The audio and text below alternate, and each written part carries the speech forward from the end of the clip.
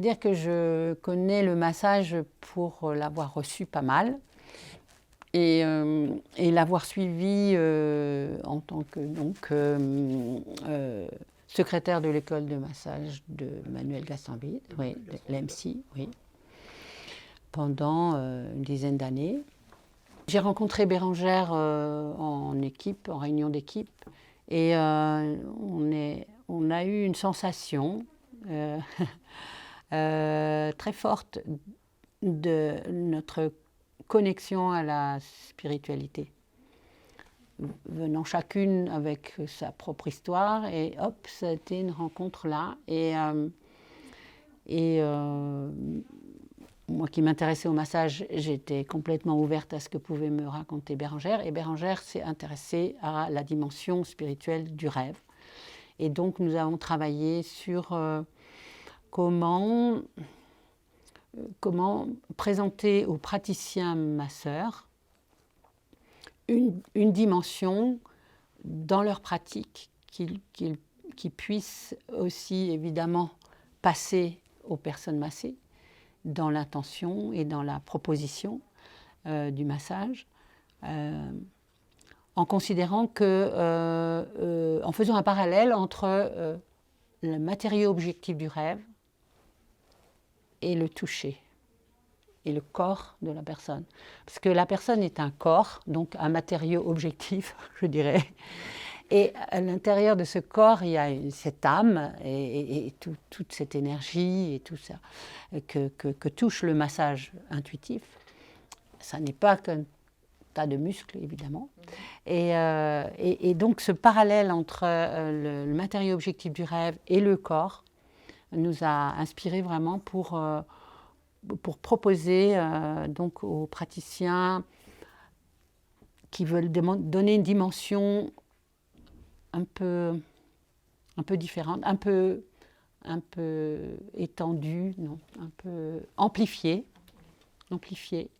dans l'accompagnement par le toucher. Ce travail-là, on va essayer de faire un petit module qui sera proposé aux praticiens déjà installés, parce que c'est une problématique que les praticiens installés rencontrent. C'est-à-dire qu'au bout d'un moment, ils sentent qu'il y a une demande de la part du massé et une impossibilité de proposer quelque chose sans refaire des études de psychologie ou de somatothérapie, etc. Et donc, de proposer ça sur la forme d'un petit module de jours avec une soirée pour inciter à une bonne nuit de rêve, une analyse de rêve le lendemain, une analyse donc d'un rêve qui, lui, de toute façon, aura une dimension du collectif réuni et qui donc parlera à l'ensemble, même s'il s'agit du rêve d'une seule personne, elle rêve pour tous les autres. C'est ça aussi qui fait la richesse d'une réunion comme celle-là. Et puis ensuite, un travail de mise en parallèle avec une pratique de massage et puis un retour sur quelles sont les images qui ont pu venir pendant le massage. Enfin, moi, j'ai eu des retours de praticiens qui disaient j'ai besoin de retourner à l'école ou de trouver une voie nouvelle parce qu'il y a une demande. Parce que aussi peut-être la période d'anamnèse était un peu trop importante, elle devenait trop importante. Et un masseur, il reste un masseur, il ne va pas faire un travail par la parole, il va faire un travail par le toucher. Et donc ces praticiens disaient, ben voilà, on sent qu'il y a quelque chose qui a besoin d'être résolu, mais comment proposer ou quelle direction ou quelle intention dans le massage proposer à la personne massée pour résoudre. Voilà. Et ce serait l'intention ou la proposition, ce serait de capter les images qui viennent pendant le massage.